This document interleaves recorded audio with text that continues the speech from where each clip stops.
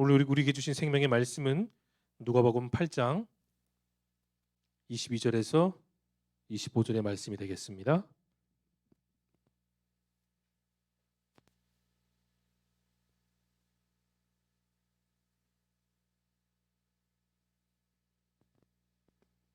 누가복음 8장 22절에서 25절의 말씀 다 찾으신 줄 알고 한 절씩 교독하고 마지막은 함께 읽겠습니다. 하루는 제자들과 함께 배에 오르사 그들에게 이르시되 호수 저편으로 건너가자 하심에 이에 떠나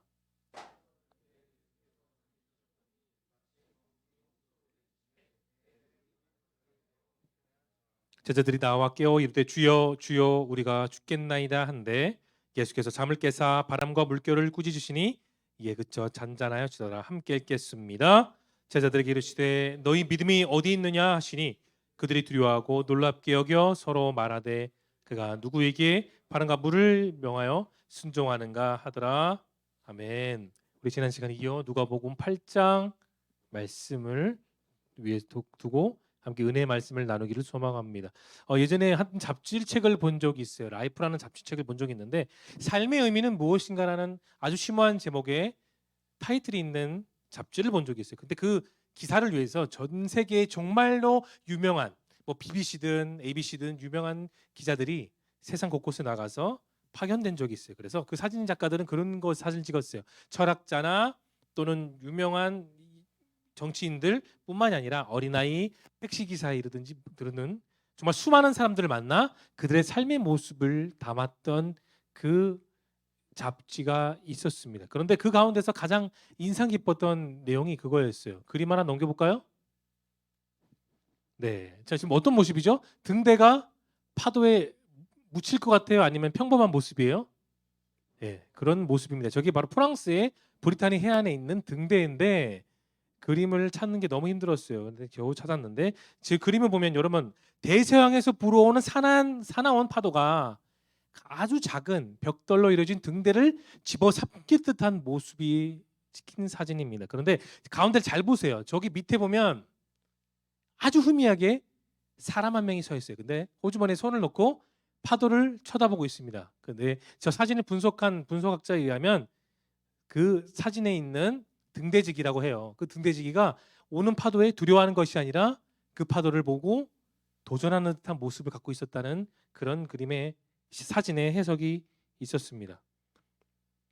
그런데 위태해 보이는 등대는 분명히 위태해 보여요. 파도와 바닷물로 인해서 등대가 곧 넘어질 것 같은 모습이지만 그 등대 속에 있었던 아주 작은 한 사람 등대지기는 결코 파도에 넘어지지 않은 용기를 보여주어 있었습니다. 마치 그 등대가 나를 지켜주는 방패로 생각했기 때문에 등대지기는 전혀 두려워하지 않았던 겁니다. 이 사진은 정말 인생 항로에서 혹독한 시련의 파도를 만난 사람들에게 귀한 귀감이 되는 그런 사진으로 남고 있습니다. 여러분, 아무리 험한 폭풍이 저거보다 더 심한 폭풍이 집채만한 폭풍이 나를 덮친다 할지라도 여러분 이 프랑스에 있는 브리타니 해안의 등대 속에 있는 저 등대지기처럼 여러분이 약속을 수했으면 좋겠어요. 등대처럼 나를 지켜주시는 하나님이 계심을 믿으며 약속의 하나님을 믿고 고백하는 저와 여러분 모두가 될 수 있기를 예수님의 이름으로 축원합니다. 인생에 대해서 이런 말이 있어요. 인생은 따라합시다. 인생은 고해다. 임재범의 고해 말고요. 고해다. 무슨 고해냐면 인생을 향해 항해할 때 고통스럽고 힘든 게 인생의 바다라는 겁니다. 물론 저보다 어린 분들도 계시고 저보다 나이가 있으신 분들도 계시겠지만 여러분 바다만큼 아름다운 곳이 있을까요? 그런데 그 아름다운 바다만큼이나 그 바다는 정말로 쉽게 변덕스러운 모습을 갖고 있습니다. 정말 좋고 화창한 날씨, 잔잔한 파도가 있는데 갑자기 순간 검은 구름이 몰려오고 바람이 불고 스컬이 일어나고 돌풍이 일어나는 게 바로 바다라는 겁니다. 대비하지 못하면 바다 위에 있을 때 대비하지 못하면 늘 낭패를 당하기 쉬워요. 여러분, 우리 인생도 비슷합니다. 인생을 바다에 많이 비유하곤 하죠. 근데 바다에 비유되는 인생에 일기예보가 있을까요? 정확하게 예측한 일기예보가 있을까요? 현재 우리나라뿐만 아니라 전 세계 유명한 그 기상센터에서도 일기예보를 예측하는 퍼센테이지가 80%가 안 된다고 합니다.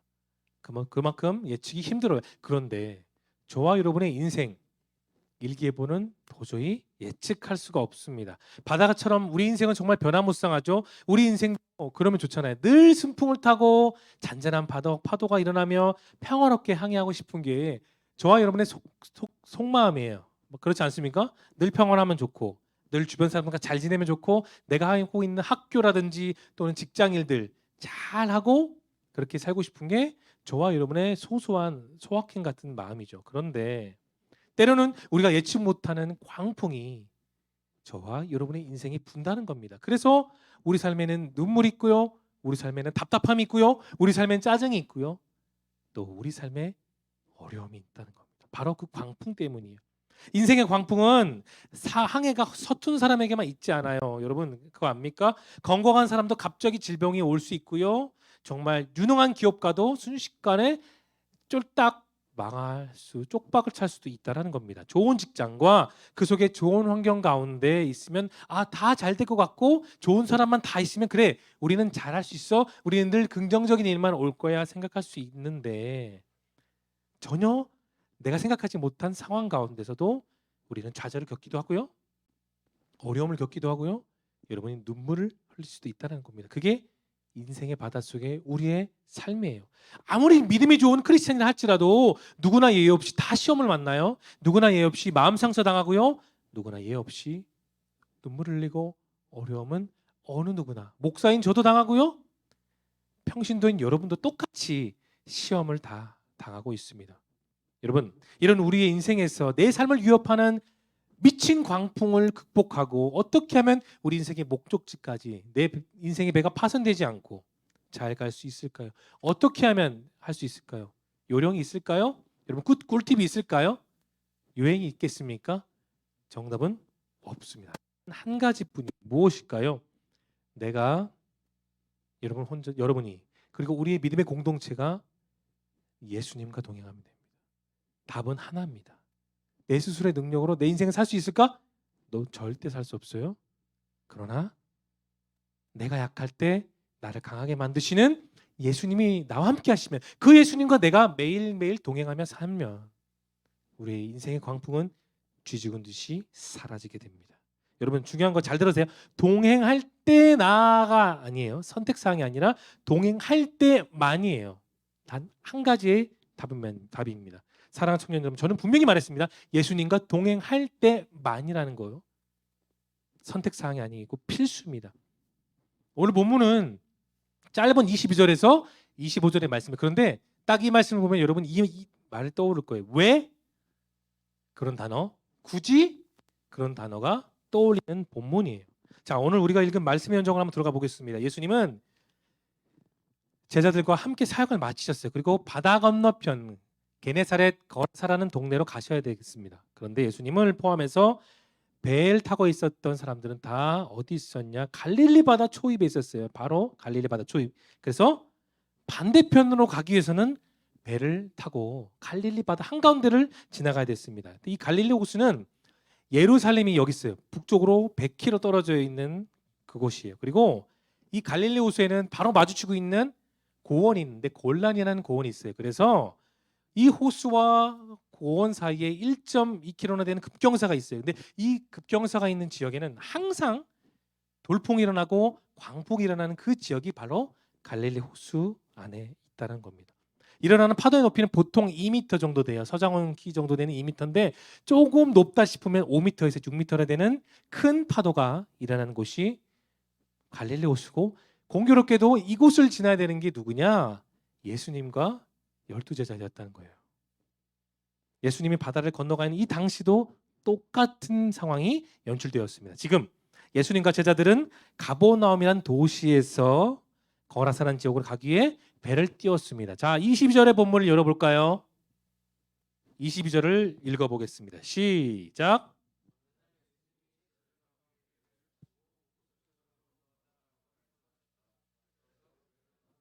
자, 아주 호기롭게 떠났죠. 주님과 함께하는 제자들은 이제 새로운 사역지를 통해서 새로운 일을 위해 이제 막 바다 가운데로 향하고 있었어요. 그런데 여러분 여기서 한번 생각해 봅시다. 잘 생각해 보세요. 자, 예수님이 사역하셨던 이 당시 핸드폰이 있었습니까? GPS 있었어요? 헤드랜턴 있었을까요?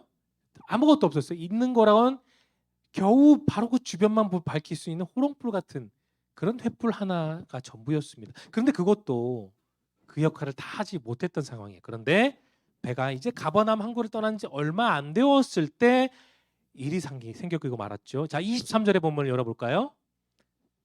23절을 읽어봅니다. 시작.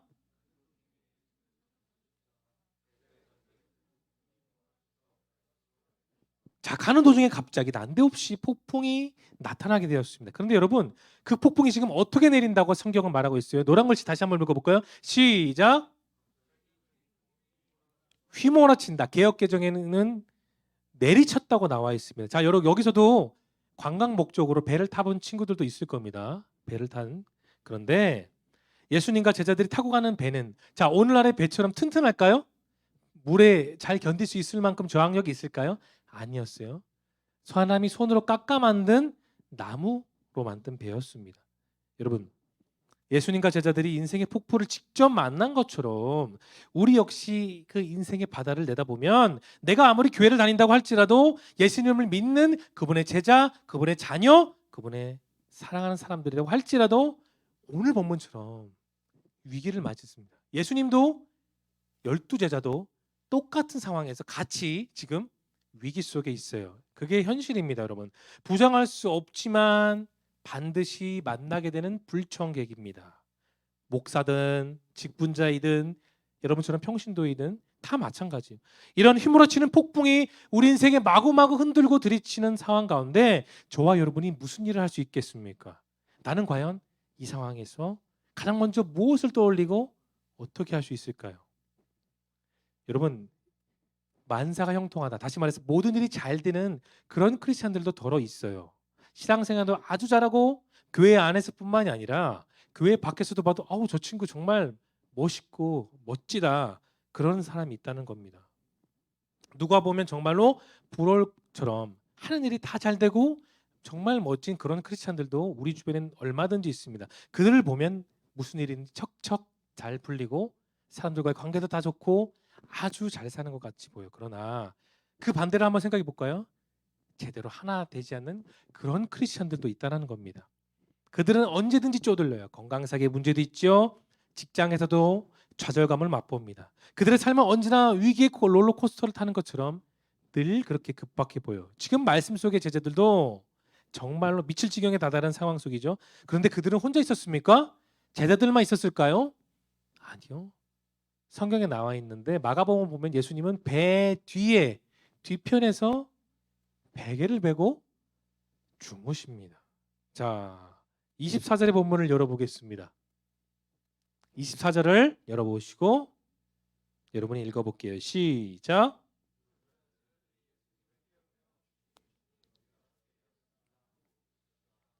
소곤소곤 귀에다 대고 대답했어요. 예수님 일어날 시간입니다. 이렇게 말했어요. 주여, 주님, 주님, 우리가 죽게 되었습니다. 하라고 따라합시다. 부르짖었다. 속삭이는 게 부르짖는가요? 목청이 터지도록 판소리할 때 명창이 소리를 내지 듯한 그런 외침이 이 본문에 나와 있는 제자들의 외침이었다는 겁니다. 부르짖었어요. 소리 질렀어요. 주님, 주님, 우리가 죽게 되었습니다라고. 여러분, 지금 제자들은 자신의 목숨이 조금 있으면 물귀신이 될 것을 알고 있었습니다. 하지만 지금 예수님 뭐 하고 계세요? 베개를 베고 배 뒤에서 주무시고 계십니다. 자, 배 안에 지금 물이 차들어오고 있고요. 파도로 인해서 배가 잠길 듯하게 술렁거리고 있는데 불구하고 주님은 마치 시몬스 침대에 있는 것처럼 평안하게 잠을 청하고 계십니다. 자, 이 상황, 이 안타까운 절망 상황 속에 주님은 아무렇지 않게 주무시고 계시는 모습을 갖고 있을 때, 자, 제자들이 그 모습을 보면 어땠을까요? 예수님 미워하지 않았겠습니까? 원망스럽지 않았겠어요? 자신들은 지금 바다에 빠져가지고 곧 물귀신이 되는데 예수님은 가만히 계세요.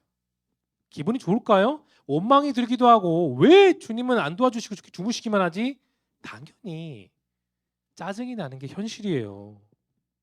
근데 그 주님의 주무시는 모습의 표정은 마치 나 몰라라 너희들이 알아서 해 그런 모습처럼 너무나도 예수님의 모습이 너무나도 평안하다는 겁니다. 사랑하는 성년 여러분, 여러분과 제가 예수님의 제자들로서 우리 교회에서 신앙생활을 잘하고 있습니다. 저는 여러분 잘한다고 생각해요. 그런데 이런 신앙생활을 하는데 우리에게 충돌되는 게 있어요. 그게 뭐냐? 신앙생활을 하는 모든 사람들, 청년들뿐만이 아니라 신앙생활을 정말 견고하게 잘하시는 어르신들 포함해서 신앙생활하는 모든 사람들에게는 딜레마가 있어요. 뭐냐? 주님이 나와 함께 계신다는 하나, 주님이 나와 안 계신다는 그 생각 두 가지가 늘 인생을 살면서 항상 딜레마처럼 다가옵니다. 내가 말씀을 붙들어요, 기도해요, 찬양의 은혜를 받아요, 도전 받습니다. 아 주님, 저 찬양의 은혜를 받고 도전 받았습니다. 한 주를, 한 달을, 1년을 주님 뜻대로 살겠습니다. 막 이렇게 다짐을 하고 살아가요. 그렇지만 그럴 때 주님이 나와 함께 하신 것을 느낄 때도 있어요. 위기 속에서도 내 인생의 길을 열어주시는 분을 여러분이 체험하기도 합니다. 그런데 내가 절실한 마음으로 주님께 눈물 흘리고 부르짖고 기도해도 때로는 주님이 응답하지 않으실 때가 있습니다. 그런데 여러분, 응답 없이 조용히 계시는 하나님을 경험하는 것은 여러분들만 경험한 게 아니라 저도 그렇고요. 여기 계신 부감님, 부장님도 똑같이 경험을 해왔습니다. 정말로 부르짖고 정말 내 목숨을 다해서 기도하고 울부짖는데도 그럼에도 불구하고 하나님이 응답을 안 하실 때가 있답니다. 늘 100% 하나님의 응답을 우리는 받지 못해요. 때로는 하나님께서 우리를 향해 침묵하시고 기다리시는 하나님을 우리가 만나기도 합니다. 이런 점에서 볼 때 우리들이 경험하는 하나님은 때로는 계실 때가 있지만 때로는 안 계시는 것 같은 그런 느낌은 우리 누구나 다 받기도 합니다. 그러나 우리는 계속해서 오늘 본문에 나온 제자들처럼 예수님을 깨워야 돼요. 예수님을 깨우고 주님 우리가 죽겠습니다. 도와주시옵소서라고 부르짖고 살아가야 된다는 겁니다. 위기 속에 있던 제자들처럼 우리 역시 계속해서 예수님이 일어나실 때까지 내 부르짖음에 반응하실 때까지 우리는 그렇게 주님을 깨워야 되고 간구해야 합니다. 방금 우리가 읽은 24절 상반절에서 제자들은 분명히 말했어요. 주여 주여 우리가 죽겠습니다. 누가복음 11장 9절의 말씀을 주님은 우리에게 이런 말씀하고 있어요. 자, 11장 9절을 읽어보겠습니다. 시작.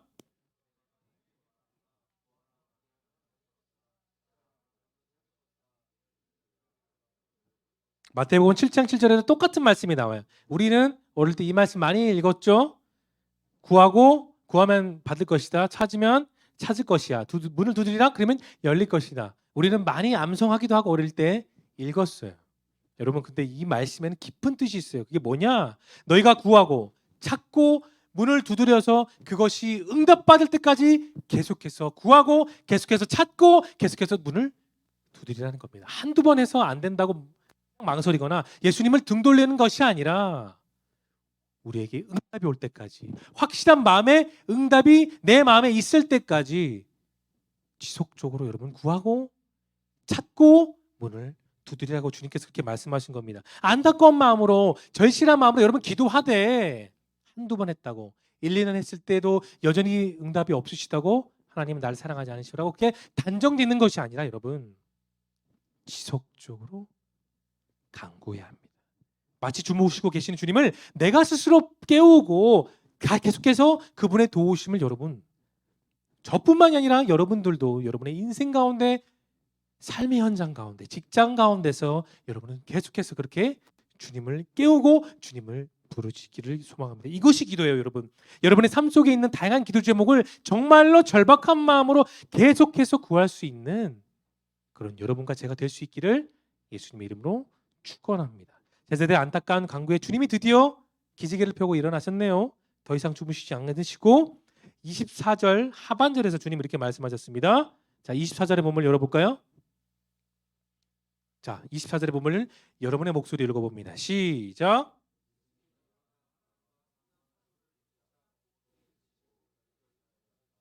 그렇습니다. 여러분 사람의 본성 가운데는 착한 본성도 있고요. 남을 배려하는 본성도 있는데 반대편을 한번 생각해 볼까요? 겸손의 반대는 뭐가 있을까요, 여러분? 교만이 있습니다. 자기 지위, 자기 신분, 자기 학력, 자기 갖고 있는 것 그것을 나타내는 사람들의 마음이죠. 여러분, 이스라엘 백성들을 정말 가장 겸손하게 하나님을 믿게 했던 방법이 뭐가 있었을까요? 참 많아요. 그중에 저는 한 가지를 뽑자면 출애굽기에 나와 있는 광야 40년 훈련입니다. 여러분, 애굽에서 탈출해서 가나안 땅 가는 데는 3일길이면 가요. 3일길이면. 그런데 하나님은 지름길로 보내지 않으셨어요. 뺑뺑 돌리셨으면 계속해서 돌리시는 가운데 하나님이 그들을 사랑했던 증거가 바로 만납니다. 월요일 한 번, 화요일 한 번, 수요일, 목요일, 금요일 한 번씩 내리고 토요일 날에는 만나가 2번 내렸어요. 주일 날에는 안 내렸습니다. 근데 여러분이 출애굽 성경을 한번 나중에 보세요. 하나님께서 백성들을 사랑하셔서 맛있는 만나를 내려주셨는데 왜 하루를 일주일치 안 주시고 왜 찔끔찔끔 하루에 하루치만을 주셨을까요? 주어진 하루 가운데 그 하루를 너끈히 살아갈 수 있는 힘이 내 스스로 있지 않음을 하나님이 깨닫게 하시고자 만나를 딱 하루에 한 번만, 토요일은 예외적으로 안식일이 다가오기 때문에 2번을 주신 겁니다. 그들은 하나님을 따라갈 수밖에 없었어요. 자신의 능력으로 광야 절대로 따라갈 수가 없었습니다. 여러분, 나에게 어려운 환경이 오면 올수록 우리가 인생의 코너에 자꾸 내몰리면 내몰릴수록 뭐가 나타나는 줄 아세요? 여러분의 신앙, 여러분의 믿음, 여러분의 성품이 그때 드러납니다. 제가 일전에 어떤 청년의 신방하면서 그런 얘기했어요. 너가 좀 편하게 말할게. 너가 사귀고 있는 그 남자의 본성을 보기 위해서는 너 어떻게 하냐면 강남 항복판 논현동으로 가서 운전을 시켜봐라. 어려운 복잡한 길로 가서 갑자기 차가 끼어들 때 너의 남자친구의 반응을 봐라. 만약에 끼어들었을 때 육두문자가 나오면 그 사람은 원래 그런 성격이지만 갑자기 차가 끼어들어도 당황하지 않고 침묵하거나 편안한 모습을 갖고 있으면 그 사람은 정말 잘된 사람이다. 저는 그런 말을 한 적이 있어요. 여러분, 정말 내 인생에 어려운 환경이 오거나 당황한 상황이 오면 있잖아요. 여러분의 평상시의 믿음, 평상시의 신앙, 평상시의 삶의 본성이 그때 드러나게 됩니다. 그러한 타이밍에 우리는 이때 배웠던 교훈과 내가 느꼈던 무력감, 내가 느꼈던 어려움, 내가 느꼈던 당황함을 여러분 꼭 기억할 수 있길 바라요. 저도 마찬가지예요. 하나님께서 어려운 때를 사용해서 우리 인생에 어려움을 주시고 그 어려움 통해 저뿐만 아니라 여러분 한 명 한 명을 그 어려움 속에서 발로 짓밟지 않으세요. 마귀는 발로 짓밟아요, 우리를. 그런데 하나님은 넘어진 우리를 붙잡아 주세요. 자, 야이로의 회당장 야이로의 딸을 예수님께서 어떻게 하셨죠? 말로 하셨어요? 손을 잡아서 달리다금 일어나라고 하십니다. 또 나인성 과부, 분명히 설교 들었어요. 나인성 과부의 과부의 아들이 죽어 있는 그 시체가 있는 그 시신이 누워 있는 상자에 손을 얹고 청년이여 일어나라. 예수님은 그렇게 말씀하셨습니다. 여러분, 크리스찬 가운데서도 그런 사람이 있어요. 내가 성경을 참 많이 알아. 내가 성경을 참 잘 외워. 그리고 그 힘으로 인생을 산다는 사람도 있고, 나는 정말 열심을 다해 주일 성수 한 번도 안 빠지고 헌금도 늘 빼먹지 않고 잘 드려. 나는 정말 신앙생활 열심히 해라고 하는 사람도 있어요. 내가 열심히 했기 때문에, 내가 이만큼 지금까지 해온 공적이 있기 때문에, 노력이 있기 때문에 나는 지금 잘 살고 있어라는 그런 크리스찬, 세상 속에 그런 크리스찬들이 있답니다. 하지만 여러분, 그러다가 인생에 감당하지 못할 풍랑이 오잖아요. 오늘 본문 속에 나와 있는 광풍을 만나면 인생의 위기에 있는 사람들은, 그런 사람들은 100이면 100 다 넘어집니다. 예수님이 깨어나셔서 이런 말씀했습니다. 자, 마지막으로 마가복음 4장 39절에 예수님이 이런 말씀했어요. 여러분의 목소리를 읽어봅니다. 시작.